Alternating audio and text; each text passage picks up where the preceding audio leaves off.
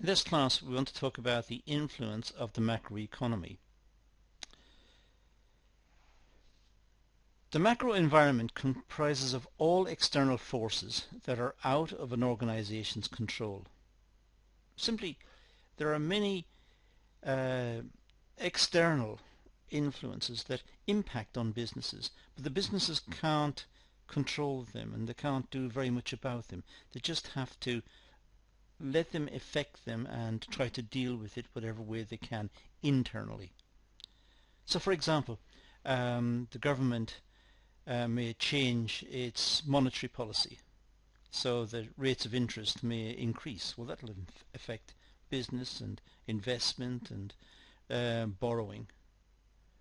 It may the government may increase its own borrowing, which may mean there's less available in the financial system to lend to businesses.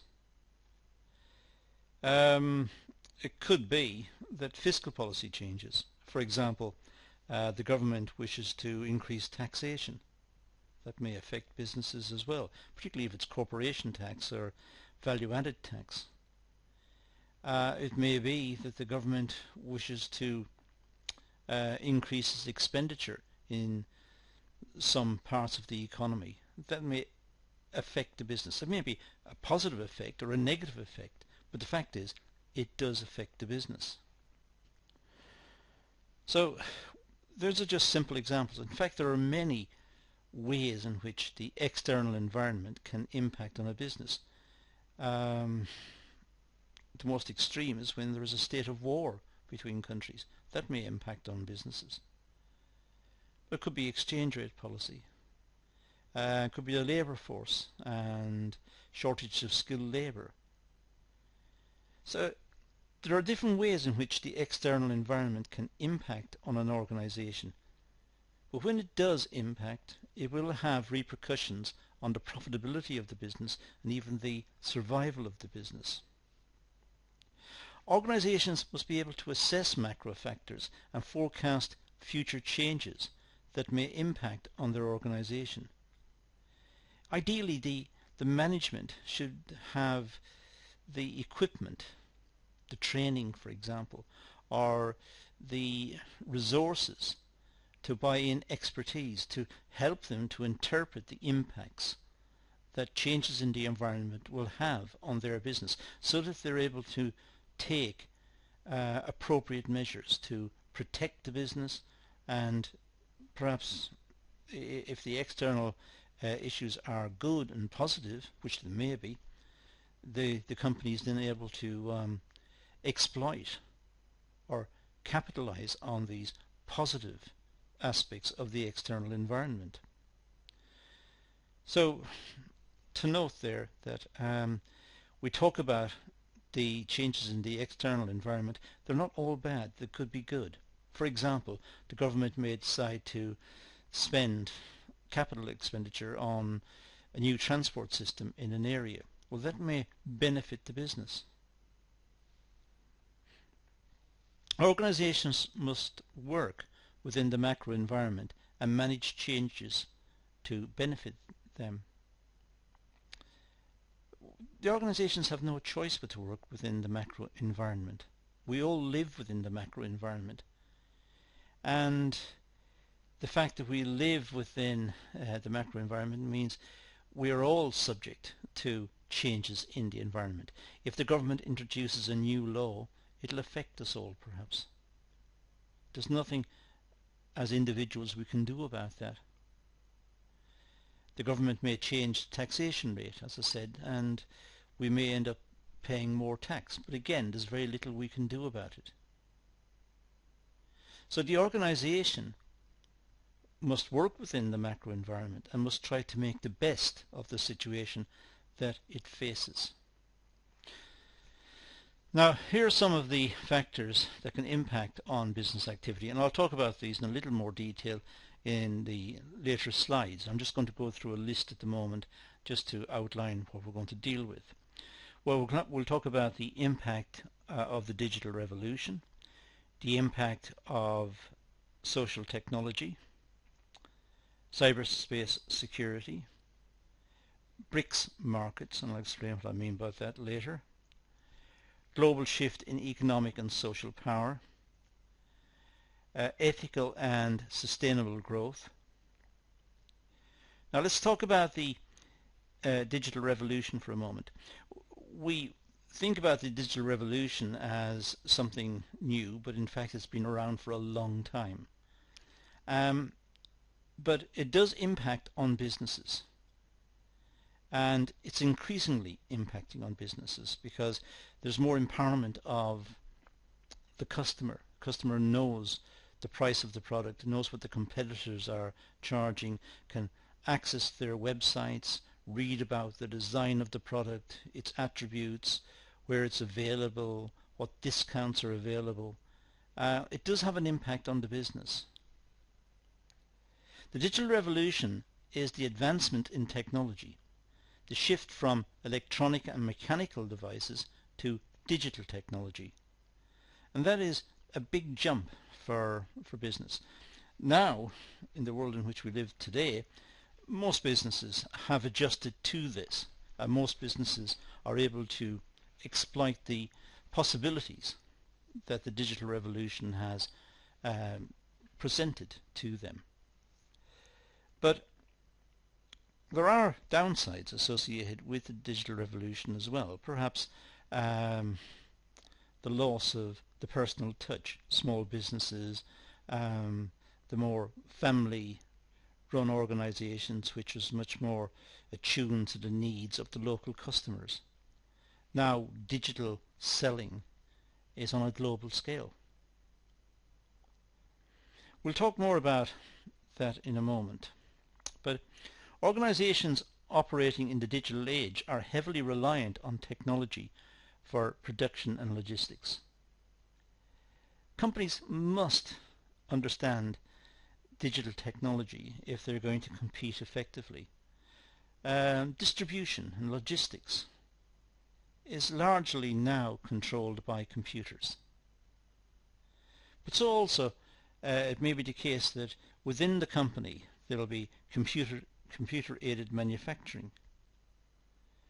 And in addition, the labour force will be monitored and looked after by the Human Resource Department, who will have databases of all of the factors relating to the workforce.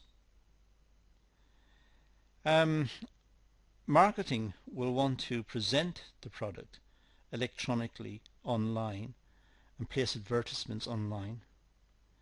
The marketing personnel will also want to present a very positive image of the organization through their website. So in other words, electronic media is not alien to modern business. Far from it. Modern business and electronic and digital technology go hand in hand.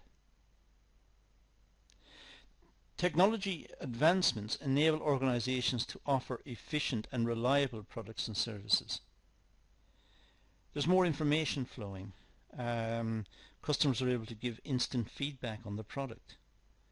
And they're also able to feedback negatively in some of the social media sites, and I'll talk about that in a few moments.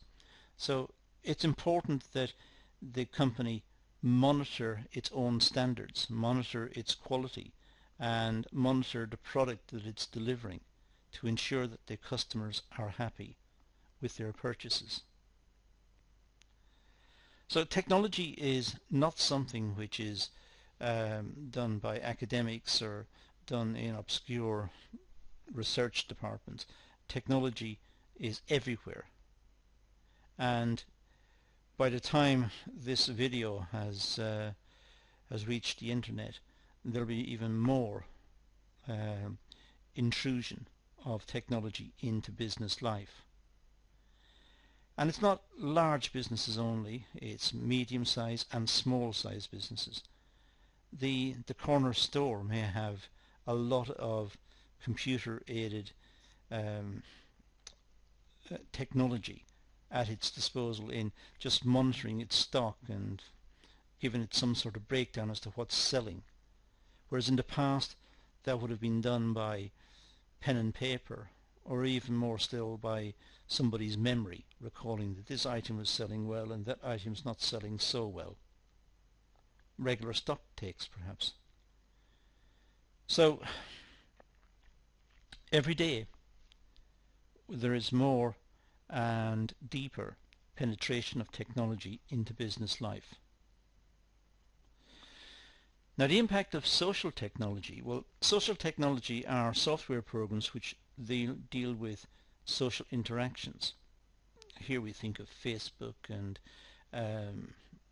facilities and applications such as those. They are very important for businesses. I mentioned it earlier briefly, but if customers are talking on Facebook about a product and given their experiences of using the product and what they felt about it and the value for money and its design, its efficiency, its durability and its quality and the aftercare service that they receive from the company, if they discuss that, but if they discuss it in a negative way, that can be very injurious to the business. That can affect the business badly. So it's important that the companies monitor social media to see if they're being mentioned, and if they are being mentioned negatively, that they're able to put their side of the case, their arguments forward to explain what happened and what they were doing about it. These technologies are in place to improve social communication in organizations and amongst people developing social networks. So companies also can discuss in different forums about products or markets, or just discuss the wider business environment or macro environment. Not so long ago they would have to go to the local Chamber of Commerce to attend meetings to discuss this, and this would probably be once a month or so. But now they may be able to discuss it once a week or even every day if they wished, and put forward their case as to why government should do this or should do that, and what local governments are doing, and so on and so on. So there's more discussion taking place online. Social technology has changed society and working practices. For example, clear communication due to improved software facilities. Well, society has changed. We are now able to speak to people on the other side of the world almost for free. Well, to most people it would be free, since a lot of people won't have to pay directly for the internet connection. But it has in itself is a revolution. We are now aware of what's happening right around the world because of news media, and we are totally informed about the world and what's happening in it. 150 years ago we would have to wait months and months to find out what was happening, and even then the information would not be very detailed and perhaps would not be very accurate. So social media has changed society, but it's changed also the way we shop. We may shop online, we may bank online, we may communicate with each other online and send emails as opposed to posting a letter. There are many ways in which society has changed as a consequence of social technology, or this type of technology. So that's an influence of the macro environment. There's nothing a company can do about this. This is simply happening irrespective of what we feel about it. This is a process. We also have cyberspace security. This has become a growing concern for individuals, corporations, governments and society. Why it happens is difficult to explain, but some people just simply like to cause mayhem if they can do it. So they will write a virus and put it into cyberspace, where it will damage computers and records and databases and cost a lot. Some in the past seem to do it just for the sake of doing it. More recently we have ransomware that has affected parts of the National Health Service in the UK, but has affected companies and individuals in America and Russia, right throughout the world, even in China and other parts of the world. And ransomware is more straightforward in the sense that there is an objective. The objective is to lock the computer and to then claim a sum of money to unlock it. So it's extortion, it's robbery, and it's not done with any ideology in mind. It's simply criminals trying to extract money from the business community and from individuals. Advancements in technology has posed internet security risks, making everyone vulnerable to external threats. And that is one of the problems we face, that as we have become more computerized, we depend on computers now for our traffic lights and for our hospital services.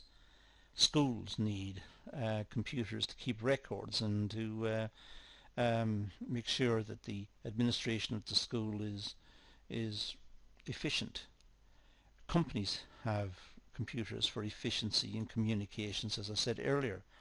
So we all use computers, but that also makes us more vulnerable. So this is an issue that is ongoing, and it's difficult to see where this one will stop. But for example, TalkTalk and many organizations have been victims of hacking and data security threats. Now, I just picked TalkTalk as an example of a company that was attacked. But more recently, as I said, the National Health Service and so on. There are many companies right throughout the world who have been attacked. There are allegations in America that some countries have influenced elections through the means of computer infiltration. Whether that's true or not, difficult to say, but the fact is it's plausible, because computers are vulnerable. And once the so-called back door on a computer program has been found, then of course it is open and it's possible to alter the code or to place a virus or do whatever they want to do. So we are more vulnerable, that's the point, as a consequence of computers. We also have within the macro environment the BRICS market. Now I included this because it's important and it's becoming more important. BRICS stands for Brazil, Russia, India, China and South Africa. So these countries are predicted to be the next powerhouses and the emerging markets. If we go back about 50 years, China was a mystery to most people, and it was seen as very agrarian, very simple. People worked on the land. Quite a poor country, but not today. Today it is becoming a powerhouse within the global economy. We used to think of America as the #1 country, but it's only a matter of time, if it already hasn't happened, that India and China and Russia, with vast resources, will step up and become world leaders. If we go back 200 years ago or 300 years ago, the United Kingdom, Great Britain, ruled the seas. Not today. Once upon a time, the atlas for most school children in a school was coloured red to show the British Empire, which stretched all the way around the world. Not today. So just as countries have become very powerful and then waned and become quite weak and declined, other countries get powerful. And this is where the emerging markets are starting to show themselves. We now know the importance of dealing with China and trading with China. We know the importance of trading with Russia and with Brazil and India and so on, South Africa. We know this. So these are the countries that are coming up. They are developing. The rise of these powerhouses will be the next industrial countries, providing a vast labour market and greater global interaction. Many countries, for example the United Kingdom, has become service-based. Again, if we go back, let's say, not too far, perhaps 50 or even 100 years, go back that far, the United Kingdom was an industrial country. Today it's service-based. Today it buys in from the rest of the world and designs products and gets them produced overseas and takes them back to the United Kingdom and trades the products. But the production, by and large, is moving out. And it's moving out to countries like India, like China. It's been outsourced is the term used, but it's more wholesale than that. Its entire production is taking place in other markets, in other countries, and then the items are imported. And maybe that's the way the world is going to move. It's difficult to crystal ball gaze on this, but maybe that's what's happening. The rise of these markets will add more strain on environmental and fuel emissions. Well, it's clearly the case that the Earth is struggling to cope with the population that we've got at the moment.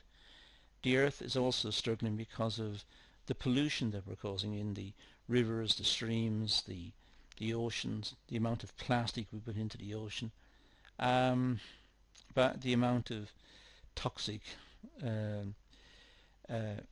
fumes we put into the atmosphere. So as we develop more and more, there's going to be more pressure on the Earth and on the climate.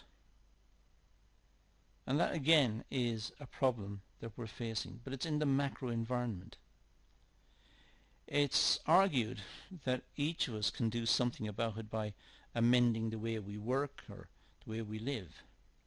And that is true. But it needs a mass of goodwill on the part of governments and citizens right around the world to make an impact that's going to save the planet. The global shift in economic and social power. Well, there will be a shift in economic and social power as emerging economies, the BRIC countries I just mentioned, continue to grow and strengthen. So, as I said earlier, it's likely to be the case that centres of influence will move away from America, move away from the United Kingdom, move away from Europe towards these other countries because they will become more and more powerful. The emerging markets will gain more control of economic power compared to Western countries. Well, we think of large countries having more natural resources. We think of large countries also having greater populations. So it's easy to imagine that they will start to control markets. The impacts on business, as they will have to assess growth opportunities and invest in countries which provide most benefits. And that's already happening. Businesses are starting to invest in these larger countries.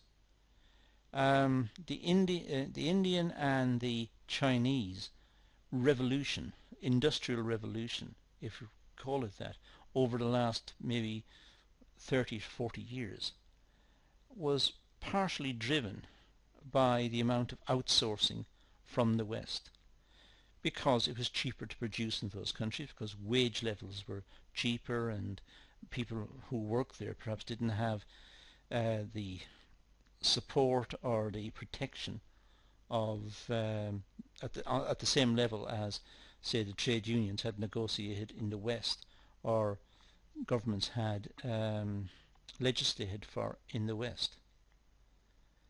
So the primer for the Industrial Revolution in those countries was outsourcing, and it could be argued that that was the case. Now, ethical and sustainable growth. Well, there is a greater need to source products ethically with minimal impacts on natural resources. Greater need because the world is heating up. The polar caps are melting, and with those, sea levels are increasing. Some islands, Tuvalu for example, is just about completely covered in water, and the people of Tuvalu have had to leave, and I think they've moved to New Zealand. But their country has been destroyed. But there are many low-lying countries in the world who will feel this impact if the seas continue to rise. But also the air that we breathe has been affected, and we need to find ways in which we can live our lives, our modern day lives, but with minimal impact on the environment. For example, fracking and limited resources such as petrol, these are affected by the amount of growth that we have. We want more economic growth because it gives us a higher standard of living. But higher amount of economic growth also helps to destroy the planet.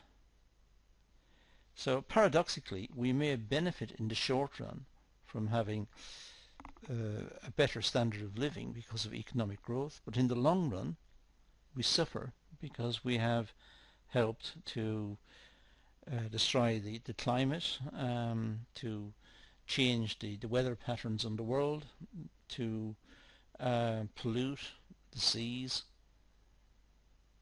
So perhaps when we talk about growth being a good thing, we need to bear in mind that there is a downside. Organizations must innovate and find ways to deliver products which protect the environment. They must be sustainable. We must recycle. We haven't got an infinite supply of raw materials that we can just throw away, packaging that we open, look at once and then dispose of. So we have issues that needs to be addressed, and these are all in the macro environment, and there's very little companies can do about them. We, as individual companies, they can try to have sustainability, they can try to be efficient in their use of energy and resources, but it does require a greater amount of global effort to make an impact that's ultimately going to save all of us and save the planet. Well, that's all we're going to deal with in this rather depressing talk, but let's leave it at that and say thank you for watching.